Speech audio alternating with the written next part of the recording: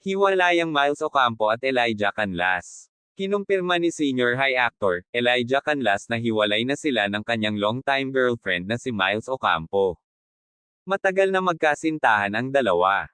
Hindi lubos maisip ng karamihan na haantong sila sa hiwalayan dahil suportado naman sila sa isa't isa. Makikita na mahal ni Elijah si Miles at ganoon din si Miles kay Elijah. Noong nagkasakit si Miles ay hindi niya ito pinabayaan, palagi siyang nagbabantay dito. Mayroon daw silang malalim na hindi pagkakaintindihan na humantong sa hiwalayan.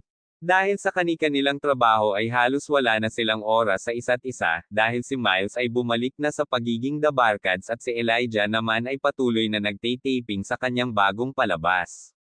Pero maayos naman daw silang naghihiwalay. At walang hinanakit dahil nananatili ang kanilang pagkakaibigan.